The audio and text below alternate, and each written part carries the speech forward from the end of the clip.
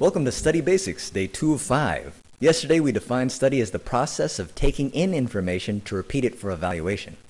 More simply, get info, spit it out, get a grade. And unfortunately, due to time, we're going to be just focusing on getting info in the Study Basics course. Yesterday I asked you, when studying or working on a project, what are the best ways you gather and store information for a test? And then I also asked you, what are the worst ways you gather and store information for a test? You probably already have some sort of system that you use to study. What I'm going to share with you here in Study Basics is an efficient system to get the most points possible with the least amount of effort. Again, we're focusing on getting the info, but getting the info to get a good grade. So step one is organizing the information. Say you've got lecture notes, notes you've taken from the textbook, maybe some homework assignments, things you've done in class, sections in your textbook. What we're first going to do is organize it so that we can answer this question. Is this going to be on the test? So essentially you'll have two piles. The first pile will be the stuff that's going to be on the test. The second pile will be not on the test. It's amazing how much crap piles up in a binder. Go through all the information you have and then just separate them. This is going to be on the test. This isn't going to be on the test. Might take a little bit of time, but it'll make things a lot easier later on. So some tips in organizing the information. You want to organize it so it makes sense to you. You want to organize it so you can easily find it.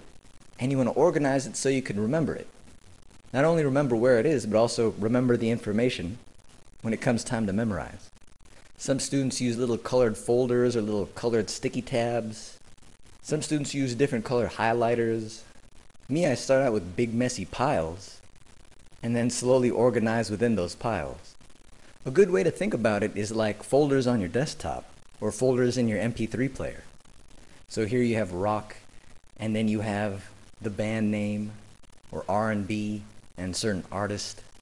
And then under that artist, you might have albums or just your favorite songs. You could take a look at the chapters in the test or the sections that are going to be covered on the test, same way. So when studying or working on a project, how do you best organize the information that's going to be on the test? If you already have an organization system, how's that working out for you? If you don't, how can you plan for one and make one for the next test you're doing? And then ask yourself, what are the worst ways to organize information for a test? Maybe you've had an open note test before and you've just realized the day of the test, wow, I can't find any of my notes anywhere. Or maybe you've had so many notes that you didn't know where to start. Now you can compare and contrast the best way and the worst way to organize information for a test. You stick with what works for you. Of course, this basic training is just a tip of the iceberg. If you're open and willing to try more powerful tips and strategies to becoming a highly effective, highly efficient, ninja-like student, see you inside FastStudySkills.com.